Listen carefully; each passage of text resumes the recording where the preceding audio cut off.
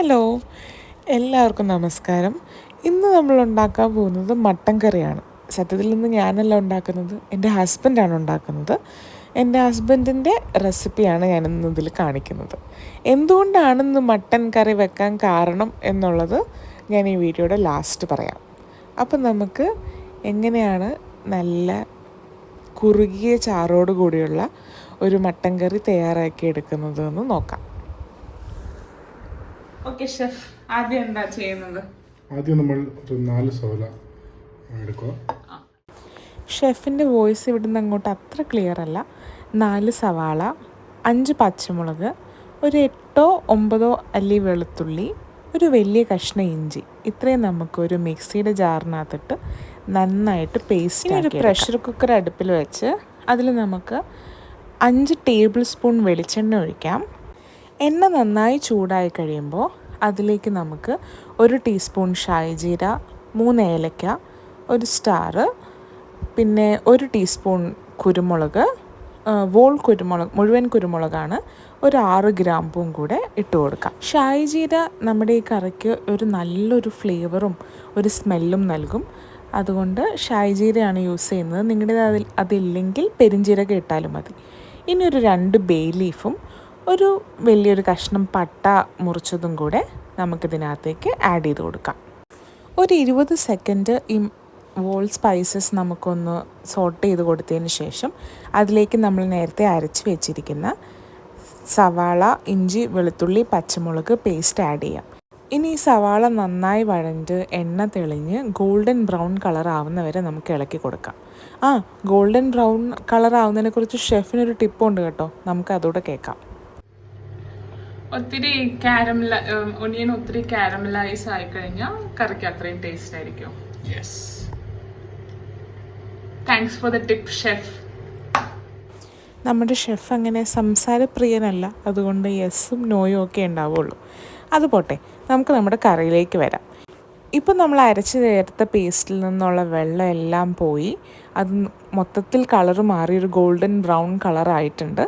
ഇനി ഇതിലേക്ക് നമുക്ക് ആവശ്യമുള്ള മസാലപ്പൊടികൾ ആഡ് ചെയ്ത് കൊടുക്കാം. പൊടികളുടെ എല്ലാം മെഷർമെൻറ്റ് ഞാനിവിടെ എഴുതിയിട്ടേക്കാം. 1.5 ടീസ്പൂൺ മഞ്ഞൾപ്പൊടി, 1.5 ടേബിൾ സ്പൂൺ മല്ലിപ്പൊടി, 2 ടേബിൾ സ്പൂൺ കശ്മീരി മുളക് പൊടി, 1 teaspoon garam masala, 1 table spoon mutton masala, ഇത്രയും നമുക്ക് ഇതിനകത്തേക്ക് ആഡ് ചെയ്ത് കൊടുക്കാം. പൊടികളെല്ലാം ആഡ് ചെയ്ത് കൊടുത്തതിന് ശേഷം പൊടികളുടെ പച്ചമണം മാറുന്നവരെ ഒരു 2-3 മിനിറ്റ് ലോ ഫ്ലെയിമിൽ നന്നായിട്ട് ഇളക്കി യോജിപ്പിക്കാം.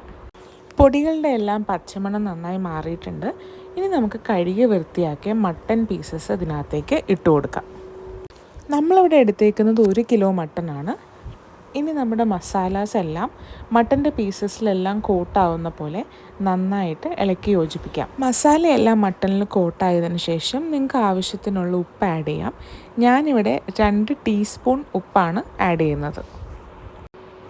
ഒന്നും കൂടി എല്ലാം കൂടെ ഒന്ന് ഇളക്കി യോജിപ്പിച്ചതിന് ശേഷം നമുക്കതിലേക്ക് 1.5 കപ്പ് വെള്ളം ഒഴിച്ചു കൊടുക്കാം. ഇനി അതിലേക്ക് ഒരു മീഡിയം സൈസ് തക്കാളി റഫ്ലി ചോപ്ഡ് ആഡ് ചെയ്ത് കൊടുക്കാം. ചെറിയ പീസസ് ആക്കണം എന്നില്ല, നമ്മളിതിന് വിസിലടുപ്പിക്കുമ്പോൾ തക്കാളിയൊക്കെ നമുക്ക് നന്നായിട്ട് വെന്ത് കിട്ടും. ഞാനിതിലേക്കൊരു 1/4 കപ്പും കൂടെ വെള്ളം ഒഴിച്ചിട്ടുണ്ട്. ഇനി ഒരു ചെറിയ തിള വന്ന് കഴിയുമ്പോൾ കുക്കർ അടച്ച് വെച്ച് ലോ ടു മീഡിയം ഫ്ലെയിമിൽ ഒരു 8 വിസിലടുപ്പിച്ചെടുക്കാം.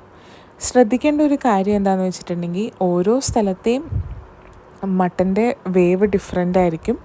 അതുകൊണ്ട് നിങ്ങൾക്ക് യൂഷ്വലി കിട്ടുന്ന മട്ടൻ്റെ വേവ് എന്താണോ അതിനനുസരിച്ചിട്ട് വേണം കുക്ക് ചെയ്തെടുക്കാൻ. ഇതൊരു 7-8 വിസിലടിച്ചാലാണ് കുക്കായി കിട്ടുള്ളൂ. ആവിയെല്ലാം പോയതിന് ശേഷം നമുക്ക് കുക്കർ തുറന്ന് നോക്കാം. ഇപ്പോൾ ഇത് എണ്ണയെല്ലാം മുകളിലിങ്ങനെ തെളിഞ്ഞു വന്നിട്ടുണ്ട്.